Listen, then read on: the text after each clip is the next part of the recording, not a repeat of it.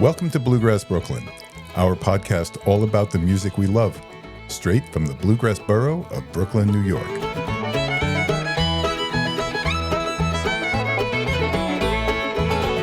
Way down in Columbus, Georgia, wanna be back in Tennessee.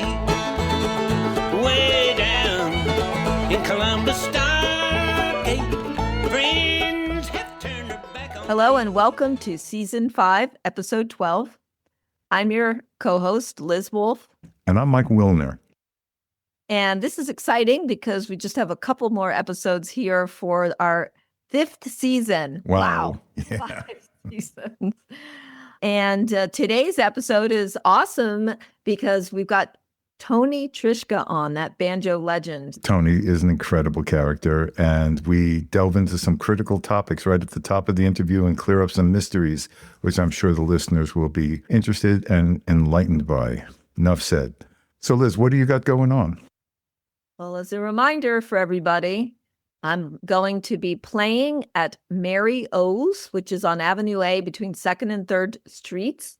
All you Brooklyn folk can come out and listen. It's not too far from you. It's going to be me and the City College Pickers. And this has been a very rewarding experience for me to work with this band this semester as an independent project. And this is our final exam. So come on out and watch us. We play at 9 p.m. Yeah, and we give you a passing grade, no doubt. That's Yes. awesome.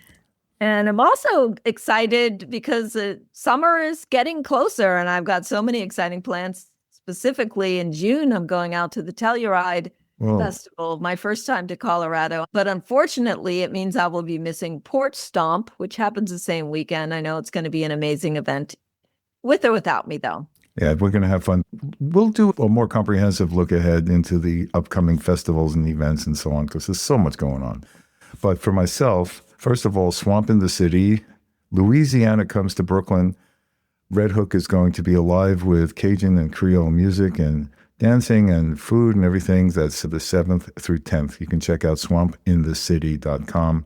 And also, I'll be headed down to Maryland for the Delfest Academy. Every year we get to sit with the headliners from Delfest and other great instructors and sit through workshops, do band scrambles, do open mics with the headliner bands, and it's quite an incredible week. And that's going to be starting on Monday, May 18th. So that's going to be a lot of fun. Well, that's a lot of things going on, but I'd like to get us to the interview. So want to remind you to follow us on all our social media, Bluegrass Brooklyn, spelled BKLYN, and to like, follow, and subscribe to our podcast so we can share this with as many people worldwide as possible. And if you're looking for jams in West Side and Uptown Manhattan, Bronx, Riverdale, New Jersey, and increasingly around the country and the world, check out bluegrassjamsnearme.com. So anything else, Liz? No, let's go. All right, let's roll.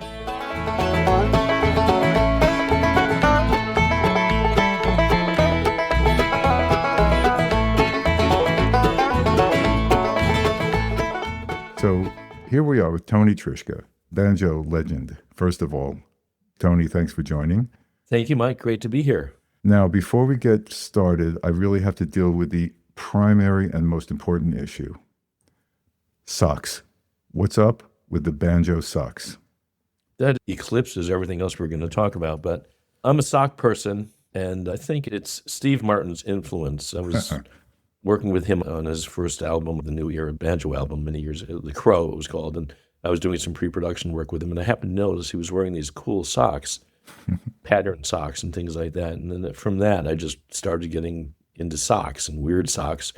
If you always have black socks, it's so confusing. If you have weird socks, you have no trouble distinguishing them. So I started getting into that, and I started thinking, since CDs weren't selling as well as they had, because everyone's streaming stuff now, why not sell socks at gigs? And they've done very well, I should say. Everyone needs socks. Everyone needs socks. Okay, thank you for clearing that up. It's been on my mind, and I'm sure the minds of listeners since... around the world. Around the probably. world. Good. Since time immemorial. Oh, I have to ask a second question. What, if any, is your intersection with the Bluegrass borough of Brooklyn, New York? I lived in Brooklyn for about a year in 1976, I would say. Mm-hmm. And at that point, I was living with some folks who were in wretched refuse. This wonderful band that was started, and the centerpiece of which was a guy named Richie Schulberg, or also known as Citizen Kafka. And he was an old-time fiddler. He just had a great love of that tradition, old-time music, but he also did put kind of funny words to traditional tunes. Like these wheels of karma go round and round. Sometimes you're up, mate. Sometimes you're down. Yeah. Those wheels of karma will make you dance. If we're not good here, we'll come back ants. Okay. But they had their core band, a guy named Alan Kaufman on fiddle and Bob Jones on guitar, Michelle Weiss vocals, and Richie, and just various people coming and going. That was the core band. But then I was in a band called Breakfast Special from 73 to 75, and Kenny Kosek and Andy Statman and myself and Stacy Phillips. And we were sort of interchangeable. There was the core band of Richie's band, Wretched Refuse, but we would also populate that band. So anyway, and I lived in Brooklyn for about a year. Oh, that qualifies you. All right. I've got street cred for Brooklyn. We can call you a bluegrass Brooklynite for sure. Thank you. I actually saw the show where you did a retrospective on Breakfast Special, except you swapped in Michael Daves on guitar. Mm-hmm. Wonderful show. I hope you Thank do you. that one again. Was particularly impressed, and I think Michael, who I've spoken to about this, was a little surprised when you took out the soundproof headphones and said, we're going to reproduce the Earl and Horace trick of walking around the stage area and playing a tune and see if we're in time when we get back to the front of the stage. Yeah. We did do that a couple of times. It's very hard. So, and we did it at Earl Scruggs' homestead, the house he grew up in, actually, in Wow. North Carolina. We tried it there. Any success so far? Or No, not yet. okay, The side that I walked around was much rougher territory than what Michael. So I that's see. my excuse. that explains it. I'm sure you've been asked this question a million times, but can you give us the concise version of your musical origin story? Okay, I grew up in Syracuse, New York, and my dad played some piano. He played like jazz sort of things, some Fats Waller and Duke Ellington, things like that. So, and my parents were into folk music. We had some Pete Seeger albums, Weavers, the Almanac Singers. My parents were lefties. And my mother went to school with Toshi Seeger, Pete's wife of later years in the 40s. So there was this connection with folk music. Mm-hmm. And I started with flute lessons, piano lessons, then got into folk guitar. This would have been in like 61 or 62 because folk music was booming in those days. And then I started getting to Doc Watson, who I saw at the Newport Folk Festival in 1963 when I was 14, and started working on some of his things. And then I was into this group called the Kingston Trio, and I bought this album, Kingston Trio at Large. And they had a song on there called MTA. All right. And their banjo player, Dave Gard, took this solo, which was not really Scruggs style, but sort of Scruggs style. And he played the C7th chord, and the 16 notes that he played on that chord made me play the banjo. I had no choice in the matter after that. Mm-hmm. So you started playing banjo about what age? 14, about 14. Let's talk a little bit about your Artist Works School. Okay, this is something I've been doing for about 16 years, 17 years, somewhere around in there. I was approached by these folks from Napa, California. Would I like to have this online banjo school? And they had a jazz guitar player and a rapper, not a rapper, but a scratch artist. And I think that was it. And I think I was their third or fourth person to sign up. And they wanted to do banjo for some reason, who knows why. But so they approached me and I said, sure, this sounds interesting. And I've been doing it for all this time, and I have over 200 lessons from absolute beginning to advanced, and so a section on Celtic banjo playing and turn-of-the-century classic parlor banjo, but mostly it's bluegrass-oriented. And so I've got over 200 lessons, like I say, and then I've interviewed 50 people, many of whom for this site in particular, and I've got Bale Fleck on there, and I've interviewed Bale, and I interviewed Earl Scruggs, that's on there, and I've interviewed Molly Tuttle, who was a wonderful banjo player, by the way. Oh, And Alice Brown, and Sonny Osborne, and Ralph Stanley, and just all the greats. So that's there also. Plus, people can send in a video, which I respond to. So it's a way to get direct contact with me and me with them. And it's a very nice community. We have people all over the world. I've had folks from Moscow, South Africa, all over Europe, Australia, Japan, Korea, et cetera, et cetera. Wow. So a wonderful way to teach from home. I want to emphasize the power of this platform you're on, that it's not just I get to record me responding to a lesson, a video lesson, and you then provide feedback on that and suggestions on improvement. But as a beginner or intermediate musician, I quickly learned my problems or needs for improvement are not so unique that somebody else doesn't also have them. So there's also the library of recordings of you responding to other people. And Right. I know I've learned as much from watching those as from getting feedback from the teachers. Yeah, that's the thing. If you're by yourself, you think, God, I'm the only one that has this problem. But I don't know if anyone has had a unique problem. There was only one person that did that. It's like these problems, it's timing. A lot of people need work on their timing, work with a metronome. A lot of people, not all the notes they're playing with their three fingers, their thumb and index and middle. Once in a while, the middle finger will just be a little weak on the first string. That's a really common thing. A lot of people have that problem. So, yeah, I think that's a really good point you're making. That you're not alone, not you, but one is not alone. And I think that's important. I noticed a lot of the feedback you've given people, including myself when I was in the school, is don't make comparisons. Don't think because you can't rip through an Earl Scruggs solo at speed today that you're not a good player, or you just are where you are. And you're going to, if you work at it, you'll improve. And as long as you're enjoying it, it's worth doing. So as an educator, you've had quite an impact. Through that platform, I'm sure you have other private students. Who's the most impactful teacher you've had? A guy named Hal Glatzer, who I met in Syracuse when I was 14 years old. And I fell in love with the banjo thanks to the Kingston Trio. And I had the Pete Seeger Red Book and was trying to learn. He had a little section on Scruggs style in there, but I couldn't make sense of the tablature. It didn't make sense to me. And I could get a few of the notes, but it wasn't really getting it. And then my parents found a banjo teacher for me, not knowing that I wanted Scruggs style, and he was a clawhammer player.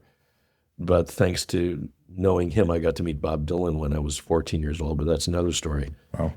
But then I went to a hootenanny, which was one of these folk shows you would have at Syracuse University where my dad taught, and I went to this, and there was this guy playing Scruggs-style banjo, one of the acts there. And so I approached him and asked him for lessons, and he gave me lessons, and right away he opened the door teaching me all these Earl Scruggs tunes and Don Reno tunes and Ralph Stanley tunes, and immediately just, on a golden platter, here's what you can do. How fortuitous. So I'd like to explore something you just said a little bit more.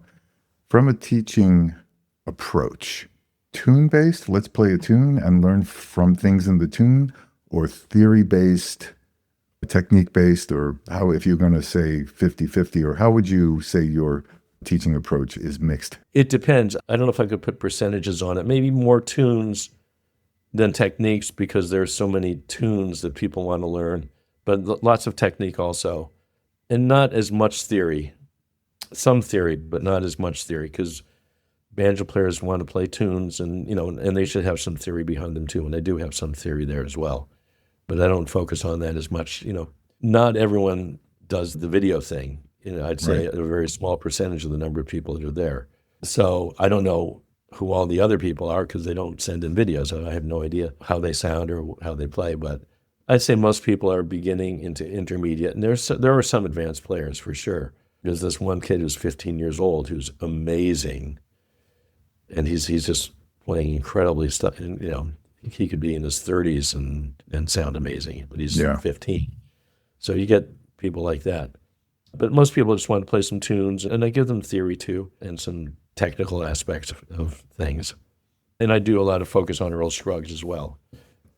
Bluegrass, you got to know your Earl. So Absolutely. Before we move on, I've found among bluegrass people around the jam circle mostly have sort of an aversion to learning theory.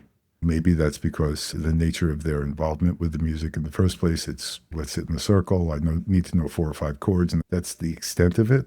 But I found that knowing about it, at least, has proved invaluable to me. Being able to say, gee, especially on the fiddle, like, how do I play a 7th chord? How do I do a 7th double stop on this particular chord on these strings? I got to go find the F sharp that I can reach. Knowing what I'm looking for and knowing how to go find it has been quite useful, actually. Yeah, no, theory is I think it's really important. Bill Keith, to this day, is one of my huge heroes. We were very friendly, and every time I saw him, he'd be teaching me about some theoretical thing that I hadn't known about before. And he was very deep into theory.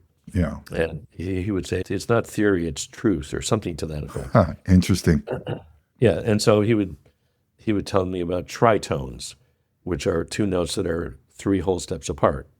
and it's the devil's interval. And he would talk to me about this and maybe other more arcane theoretical concepts. And sometimes he would talk to me for 5 or 10 minutes, and I'd be with him about it, and then they'd start it would be over my head. And then I'd see him 6 months later, and he would talk to me about it again, forgetting that he'd already talked to me about it. And I could get those first 10 minutes, and plus I'd get the next 5 minutes, and Right. a little deeper. Oh, now I get this much more. And after 2 or 3 meetings with him, I'd get the concept. You've had an incredibly diverse and expansive musical career. What is the most memorable musical moment you'd like to share with the listeners? As a gig, that's an easy question to answer. I was invited to play in Czechoslovakia when it was Czechoslovakia in 1980. I think it was 80. It would have been 88.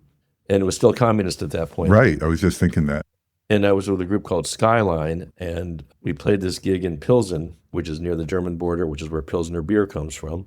And we played this festival there. It was like this giant outdoor amphitheater that fit 30,000 people. And they would show movies that would be like going to the drive-in, except you'd walk in. And this place was packed, 30,000 people. And there were different acts from all around Europe, except we were the one American act.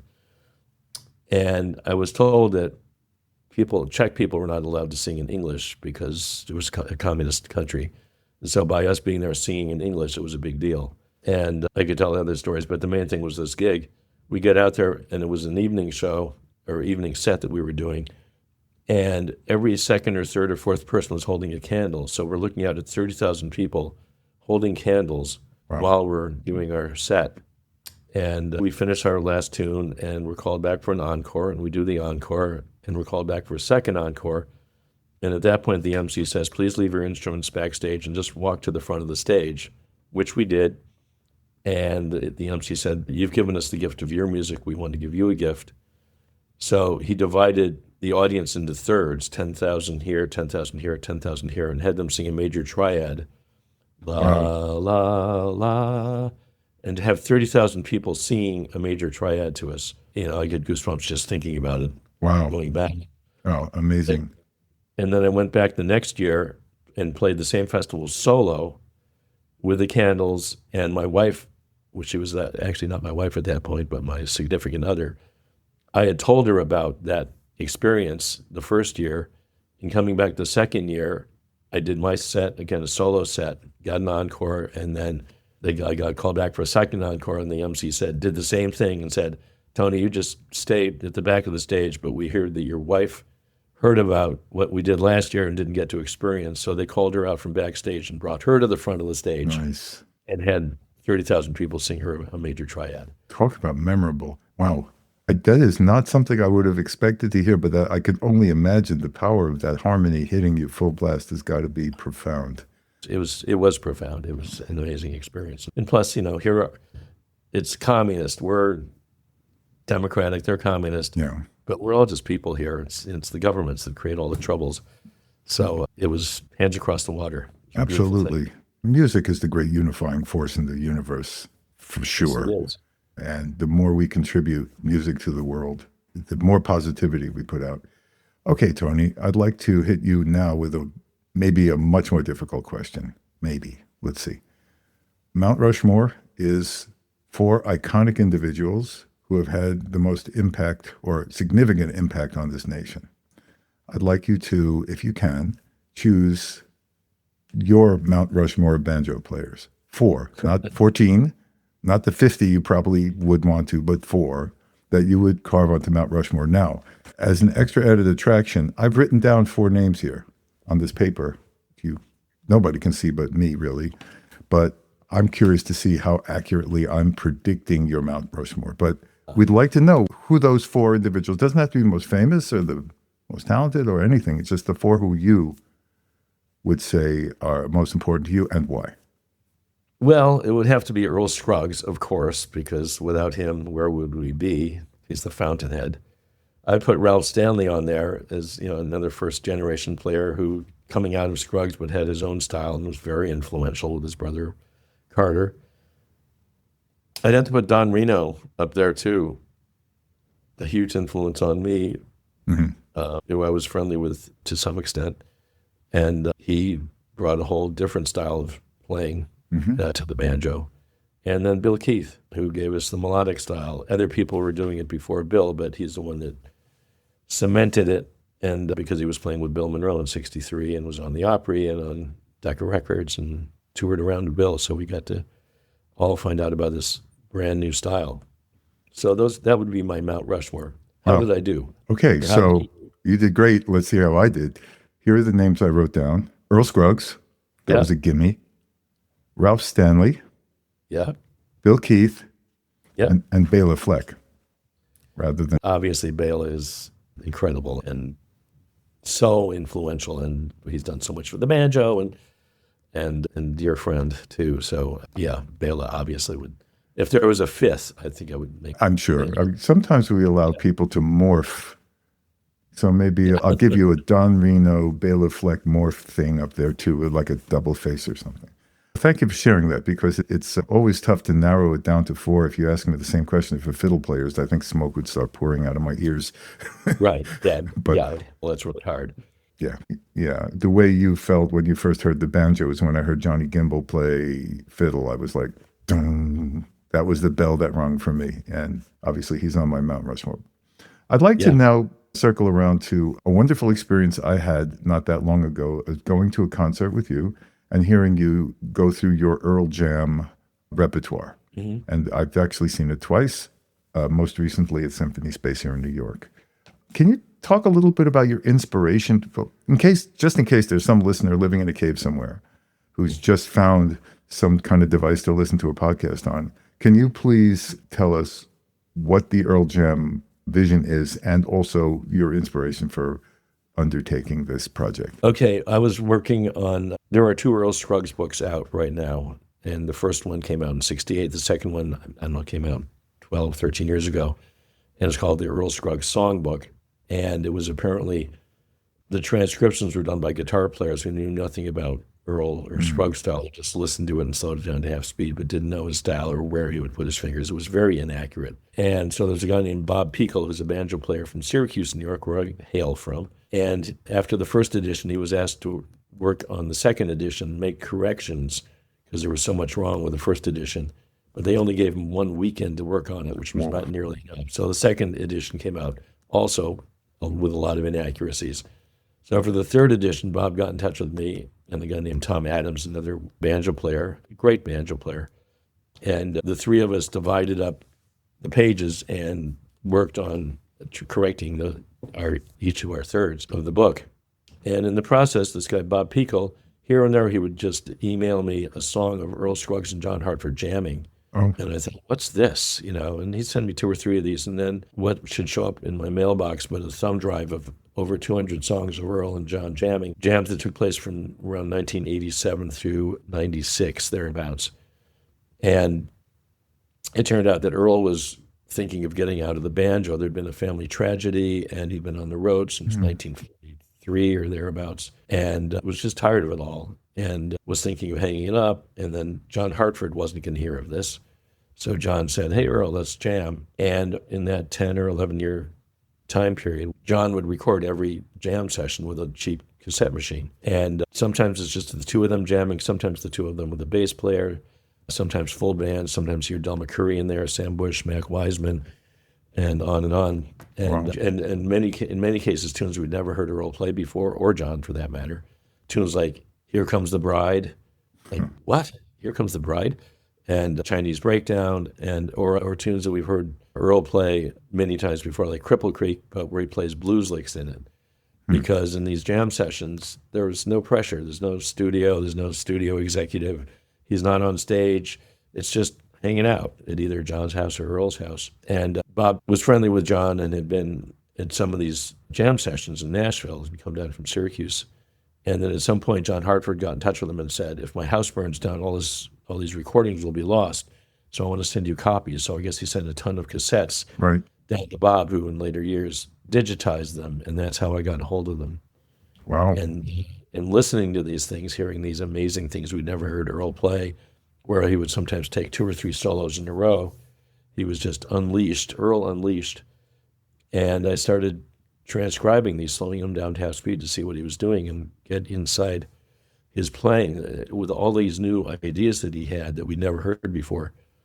And then at some point, I figured these recordings will probably never see the light of day, which now for sure I know they won't, because I was told by a guy named Bob Carlin, who actually is a New Yorker originally, who clawhammer player, but he played with John in his later years, and John told him that Earl never wanted these recordings to come out, even though Earl sounds amazing on just about every song. But, Earl wanted to have the control to have out there what he wanted out there. So these original recordings, at least, will never see the light of day through me. But I decided, because of this, that I should record this album, Earl Jam, the first Earl Jam album, and I'll play, every note I'll play will be note for note what Earl played. None of my stuff, just every single solo that I take will be Earl's stuff, note for note, so people can know what he did. And that's how this all came to pass. That's pretty amazing. I have to ask, on behalf of anyone who has tried to transcribe, can you describe the technique you use to transcribe? Is there software involved? Do you just go through it? It turns out that the memo, I used to use cassette machines, but the memo app in my phone can record at half speed or less. So that's what I've been using lately. I just hold my phone up to the recording, and it's not high fidelity, but I can hear it well enough. And that's how we do it. And just listen for particular, to decide what roll, finger pattern or roll that the roll is using. I'll listen to the first string, and I can tell how that, if that comes up every third time or fourth time or second interesting. time. It helps me understand what the roll is. And there were times when I'm halfway through this recording, transcribing, and Earl's doing this amazing break, and it might just be John and Earl. And John, many times behind Earl's solo, will be strumming instead of bowing. He'll bow for his solo, then he'll start strumming to back up Earl. He's got a great rhythm, and it's cruising along. But then John will get a little too close to the cassette machine midway through the Earl's solo, and then he blots out where the Earl's playing, and oh shoot, now I can't use this one. But anyway, I could hear enough tunes to have these two albums. How do you choose? You had, I don't know, it sounds like a lot of music to choose from. You didn't have, 12 or 14 songs per album. How did you make those decisions to filter down to what you actually put on the two Earl Jam albums? Well, when I first started listening to these recordings, I was listening to the tunes we'd never heard Earl play before. For instance, Chinese Breakdown being a case in point. I never heard Earl play Chinese Breakdown. Don Reno recorded it, but anyway. And he takes this amazing solo on it. It's all over the neck, jumping up and down. Not typical Earl. It was really cool. So I had to put that on the first album. And then Here Comes the Bride, had to put that on the second album. I recorded it during the sessions for the first album, but that had to be on there because it's so unusual. And Right. There was an alphabetical listing on the thumb drive, and I get to the H's, and here comes, what? So I listened to that. And Earl's playing it kind of out of the Sally Gooden position up the neck. And it's just him and Michael Cleveland on my album playing it. Can't do better than Michael Cleveland. Ridiculously amazing. Yes. And in this recording, on the original recording, John Hartford is dancing as he would in his shows. It's just Earl playing banjo, John's fiddling, and he's doing his clog dance or buck and wing, whatever he would call that, while he's playing, just because he felt like dancing. There's no audience.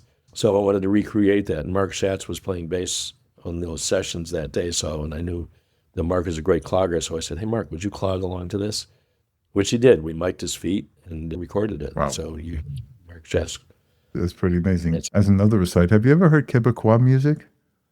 A little bit, not a lot. They actually, like the fiddle players and the accordion players, have little boards under, and they're doing tapping and clogging while they're sitting and playing. While they're sitting, yeah. I'm forgetting her name. She's the, if you think of one person who does that, I've seen her, and I haven't seen her in years, and I can't remember her name, unfortunately. But yeah, I've seen her do that very thing where she sits and fiddles and clogs sitting, I guess you could say. Yeah, I have enough trouble keeping the left hand and right hand moving in the same general direction. Okay. Tony, I know this is tough, but if you were to just pick one Earl Jam repertoire song that just comes to mind first that we could listen to here, which one would that be? I'd say Brown's Ferry Blues with Billy Strings, and you've got Michael Cleveland on there. Bela Fleck produced that track too, and Bailey takes an incredible non-Earl solo on there. Huh. Sam Bush is on there and Mark Schatz. It's quite a band. And Bela assembled that band for that particular tune. Oh, well, let's have a listen.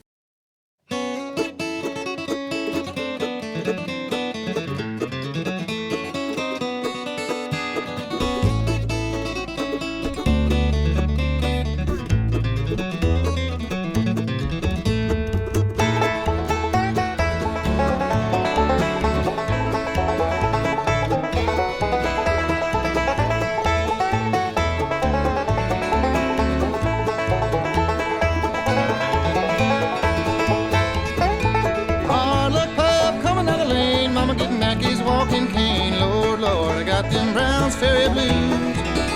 But I throwed it away in the winter town to see that woman, and now he's down. Lord, Lord, I got them Browns Ferry blues.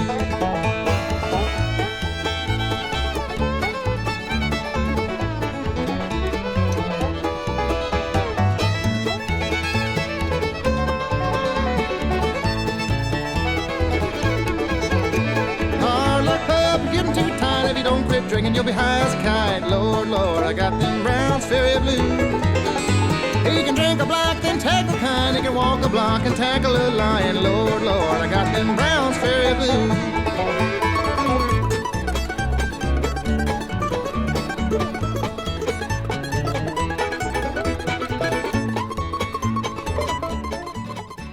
Any more plans for Earl Jam? Other than, I mean, touring, any more albums? I know you've got 2 albums out. And you're touring it now, or? Yeah, I'm touring it now. Yeah, you saw us at Symphony Space, along with, the album coming out. And I'm continuing to do that through the year. I'm not sure if the record company would go for a third one, but I could see doing a Earl Jam 3 or 4 as well. There's just such a wealth of other tunes to be done. I think I've transcribed maybe 40, 45 tunes so far. And I don't know. 3 weeks ago, I did another one. Every once in a while, I just go back to and what else can I find here? Wow. I've recorded 15 of them on each album, so that's 30, and there are another 15 beyond that, plus many more. So, yeah, there definitely could be an Earl Jam 3. The record company wants to do that, so. That's Rounder Records? It's Down the Road Records. Right, the next gen of. It was started by the original Rounders, Ken Irwin, Marion Layton, and Bill Nowlin. They started Rounder Records in 1970 or thereabouts, and then they sold it. And so they were out of the record business for a long time, and then for some reason decided to get back into it. I thought you mentioned something at Symphony Space about a residency there. The residency at Symphony Space, I did 3 succeeding Thursdays, the 12th, 19th, and 26th. The 12th was New York Banjo Night. A guy in Albany at the Egg, 1992 or something like that, put together a New York Banjo show with me and Bela and Bill Keith and Eric Weisberg and some folks from Ithaca. And it was just a big banjo night of all New York-based banjo players or people who had grown up there or were currently living there. And then Bela Fleck did 2 New York Banjo tours with that same concept, maybe 10 or 15 years later, that we were all on. And so when I was offered to do a 3-night residency at Symphony Space, I wasn't sure how it would do 3 nights. If you play 1 night in New York City, you probably don't play there for another 6 months or a year. You're going to burn out the audience, But here I have 3 succeeding Thursdays. So the first New York Banjo night I had Steve Martin and Bela and Jerron Paxton and Nora Brown and myself. And I did a few Earl Jam tunes with my band. And then we all backed up. I did some duets. Bela did some solo things, and I did duets. You could do a couple of duets with him. And then we all backed up Steve on his thing. So that was the first night, and that was in the big theater. Right. And that sold out. And then the second night, I guess you were there, the succeeding Thursday, was the Earl Jam night. And that sold out also in the smaller theater. And we had a woman named Farai Malik singing with us also, who's just a wonderful, wonderful singer who teaches at the Berklee College of Music. And she is on Earl Jam too, also, on a tune called Mom and Dad Waltz, which I originally had recorded with Alison Krauss. And Alison, when we went into the studio, and this was going to be on the first album, we went into the studio and she said, and my voice I'm having trouble hearing properly, so I'm not sure if my singing is going to be up to it because I'm not hearing the pitches correctly. And she sang it incredibly. It's a Lefty Frizzell song that he recorded in the 50s. And to hear Alison sing it, you'd be in tears. It's a hard song. And to hear it, you think, this could definitely come out on the album, but Alison is a perfectionist, and for good reason. That's why she's had such a wonderful career. She's a great lady. We're good friends. But she's tried to get other takes on it in her own studio and just could never do it what she considered to be justice. So she just didn't want her scratch vocal to be on there. Huh. So Ken Irwin from Down the Road Records, unbeknownst to me, got a hold of the original track on that and knew Farai Malik and had her add 3 parts, triple vocals on it and sent it to me. What do you think of this? Huh. I had no idea, and I never even heard of Farai. And it was like, wow, she's killing this. It's amazing. So she went back in and did it officially, at his Earl Jam too. Okay, so before I let you go, I have to ask you one last question. Somewhere out there's a 14-year-old Tony or Antonia Trischka thinking of picking up the banjo and playing. What is your advice to him or her? Once they pick it up, work on your timing. Timing is everything. That's the first thing. And these are the technical aspects. Second thing is work on your separation of notes, which is a J.D. Crowe term, meaning every note you're playing should be clear and present. Whether it's hard driving bluegrass or something soft, you want to make sure every note is clear, because that's a big problem for a lot of people that I teach. So those are some technical things. And just, if you're picking it up, just love it. John Hartford said something about that. If you play the banjo, you got to love it. You got to love it. Go to bed with it, which I once did with Bill Keith's banjo many years later. The banjo he played in 1963 with Bill Monroe, which was this iconic banjo for me. All of Bill's great things, recordings of like Salt Creek and Shenandoah Breakdown, Devil's Dream, and live shows that I had recordings of. And his banjo sounds so good. He's getting such great sound out of it. And he had this beautiful inlay pattern on it. And so I was doing this workshop in Alabama, and this guy comes up to me during the weekend and says, I have Bill Keith's banjo from 1963. Would you like to, take it back to your hotel room for the night? And I went, yeah. So I played on it for a while. Amazing. And then I lay down, I put it next to me in the bed and lay down next to it. It didn't sleep with it because I figured if I roll over and knock it on the floor, that's not going to be good. So I almost took John Hartford's suggestion to sleep with it. But just love it and listen a lot. Listen to your favorite banjo players, listen to Earl Scruggs.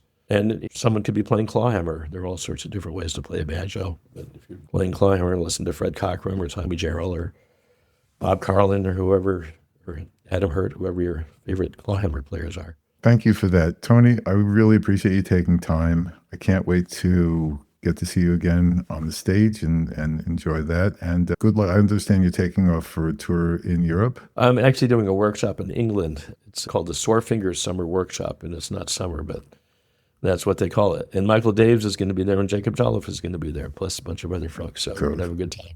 Okay, so safe travels, and we look forward to speaking to you again at some point.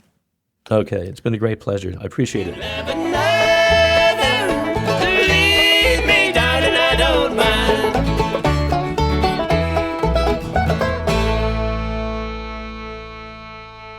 Wow, what an interview. Great personality and great banjo player, and just so astonishing the work that he is doing to literally transcribe note for note. Yeah.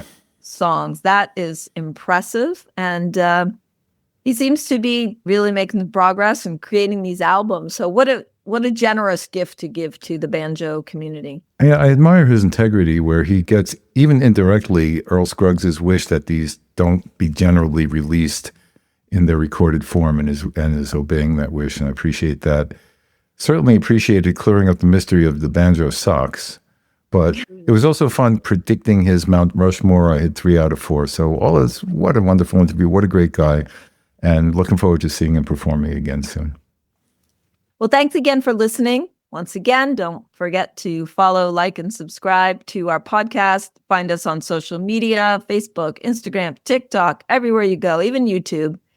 And we are under Bluegrass Brooklyn, spelled BKLYN. And once again, thank you for listening. Yes, and please, if you want to get in contact, and drop us an email, mike@bluegrassbrooklyn.com, with any comments, questions, and suggestions. We promise we will respond. And of course, if you want to come to some jams, going to get started with jamming, or just come along and listen, play, and get into your bluegrass world, you can find that online at bluegrassjamsnearme.com. West Side, Uptown, the Bronx, New Jersey, and the world. And the world. Okay, is that it, Liz? That's it. Thanks so much. Okay, we look forward to seeing you around the jam circle. My little darling, it is time for us to part. I must leave you in the maple on the hill.